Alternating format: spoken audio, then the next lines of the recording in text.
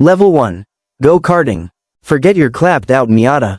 The real level 1 of every racing discipline on the planet starts right here. Go-karting. And no, I'm not talking about those electric bumper cars at your local family entertainment center where you're punting 12-year-olds into the barriers. I'm talking about professional karting. Karting is where 99% of Formula 1, IndyCar, and NASCAR drivers begin their careers before they're even old enough to play GTA. This is the purest, most violent form of motorsport per pound. Take a 125cc shifter kart, for example. You are sitting exactly 1 inch off the asphalt. There is no suspension, no power steering, no seat belts, no roll cage. The chassis of the kart is your suspension, flexing every time you chuck it into a corner at 80 miles per hour. The 2-stroke engine screams at 15,000 RPM, pumping out about 40 horsepower in a machine that weighs barely 180 pounds. Its power-to-weight ratio would absolutely embarrass a Porsche 911 Carrera. In American karting leagues, like the SCUSA Supernationals held in Las Vegas casino parking lots, the competition is toxically fierce. You'll see millionaire karting dads dropping $100,000 a year just so their 10-year-old kid can have a blue-printed engine, a massive paddock tent, and a private data engineer. This is a world where childhood innocence is crushed by the pressure to find a tenth of a second per lap. Physically, a shifter kart will abuse you. The lateral G-forces on your ribs are so intense that drivers have to wear Kevlar chest protectors just to avoid cracking bones after a track day. It teaches you the absolute core of vehicle dynamics, grip limits, trail braking, momentum management, and the art of hand-to-hand automotive combat. Level 1 isn't child's play. It's a meat grinder. If you can't win here, you don't stand a chance on the rest of this list. Level 2. Spec Miata Grassroots Racing. Welcome to Level 2. You've grown up, your credit card actually has a limit now, and you want to race real cars. Enter Spec Miata, the beating heart and soul of amateur SCCA and NASA racing in America. Picture this. You buy a 1990 Mazda Miata for $5,000 off Facebook Marketplace. It smells like a family of raccoons lived in it. You strip the interior, weld in a roll cage, slap on some Toyo R compound tires, bolt on the spec suspension, and boom. You're a race car driver. Spec Miata is grassroots heaven. It was born from a brilliant philosophy: keep it cheap and keep it fair. Every car on the grid is restricted to around 110 to 120 horsepower. Aerodynamics? That's a luxury concept here. Your horsepower advantage is usually determined by whether or not you took a dump before getting in the car to save weight. But do not let the turtle-like straight-line speed fool you. Because every car is mathematically identical, Spec Miata races are the bloodiest, closest dogfights you will ever see. You'll have 40 cars diving into Turn 1 at Laguna Seca at the exact same time. Mirrors get knocked off, bumpers rub, doors get caved in. Trading paint at this level isn't an accident, it's a form of communication. To pass someone in a Spec Miata, you can't just mash the throttle on the straight. You have to perfectly draft them, brake 3 feet later, and pray the mechanical grip keeps you on the pavement. It teaches you patience and momentum. If you mess up one corner and lose 2 miles per hour of exit speed, you'll drop back and spend 5 laps just trying to catch the pack again. In Level 2, the paddock smells like cheap beer, leaking oil, and barbecue. There are no factory engineers here. Just you, a few buddies, a roll of duct tape, a bag of zip ties, and pure passion. This is where driver skill genuinely beats budget, unless, of course, your budget is too small to buy fresh tires. Level 3. GT4 cars. Are you tired of lying on your back at 2 a.m. fixing a Miata transmission? Is your dental practice doing well and you want to race something that has air conditioning? Welcome to Level 3, the GT4 category. This is the entry point for true factory-built race cars. We're talking the BMW M4 GT4, Porsche 718 Cayman GT4 RS Club Sport, Ford Mustang Dark Horse R, and McLaren Artura GT4. Fundamentally, these are street cars that the manufacturers take into a back room, strip of all their dead weight, fit with FIA-approved roll cages, fire suppression systems, and race brakes, and sell back to you for $200,000 to $300,000. Unlike Spec Miata, GT4 cars pack 400 to 500 horsepower, lightning-fast sequential gearboxes, and race-tuned traction control and ABS. In the US, these cars battle it out in the IMSA Michelin Pilot Challenge or GT4 America. And you know who drives them? The industry calls them gentlemen drivers, dentists, tech CEOs, or lawyers with heavy wallets and a weekend need for speed. But don't disrespect them. While they are designed to be easier to drive and cheaper to run than the top-tier stuff, GT4s are highly capable machines. However, they are intentionally neutered. Manufacturers deliberately limit their downforce and keep the tech simple so a privateer team can actually afford the running costs. The most fascinating part of Level 3 is BOP, balance of performance. The organizers look at the telemetry and will literally add weight or restrict the air intake of whatever car is dominating. The goal? Making sure a sleek Aston Martin can go wheel to wheel with a beefy American 5.8 Mustang on equal footing. GT4 is the sweet spot of professional racing. Fast enough to scare you, safe enough that you can still make it to the office on Monday, and prestigious enough to brag about at the country club. Level 4. GT3 cars. If GT4 is high school wrestling, GT3 is the UFC. This is the most successful, universally adopted, and cutthroat sports car racing category on the planet. Porsche 911 GT3R, Ferrari 296 GT3, Lamborghini Huracan GT3 EVO2, Chevrolet Corvette Z06 GT3, R. These weapons cost between $600,000 and $800,000, and that's before you buy spare parts. Want to run a full season in the IMSA WeatherTech Championship or GT World Challenge? Prepare to light $1.50 to $3 million on fire. At Level 4, the phrase, based on a streetcar, is just a thin marketing veil. Underneath that carbon fiber skin are heavily modified chassis, rear wings the size of a dinner table, and underbody diffusers that shred the air. They generate massive downforce. The engines push 500 to 600 horsepower, but the real party trick of a GT3 car is its aero and durability.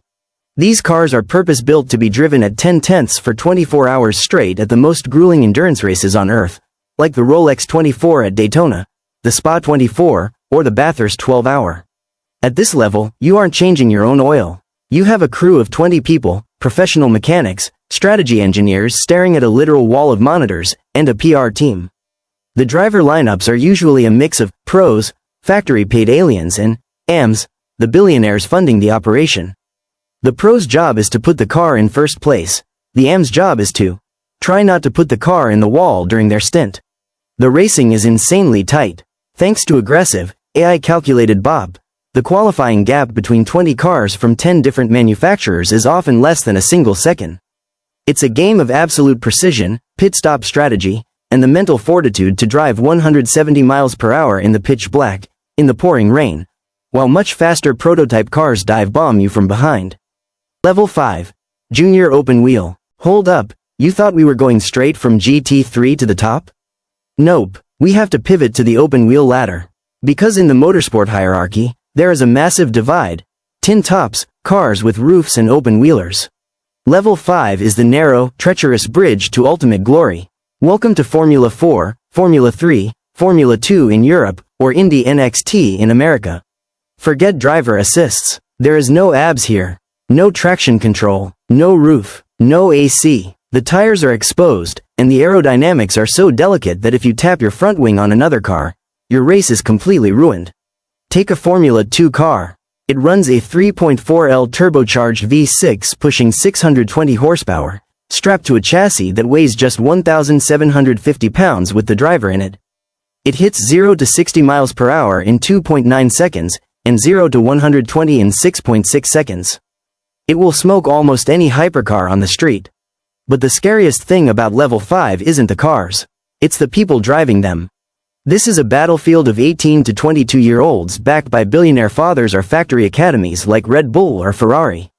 Their entire careers, their families' investments, and their futures hinge on one thing: winning the championship.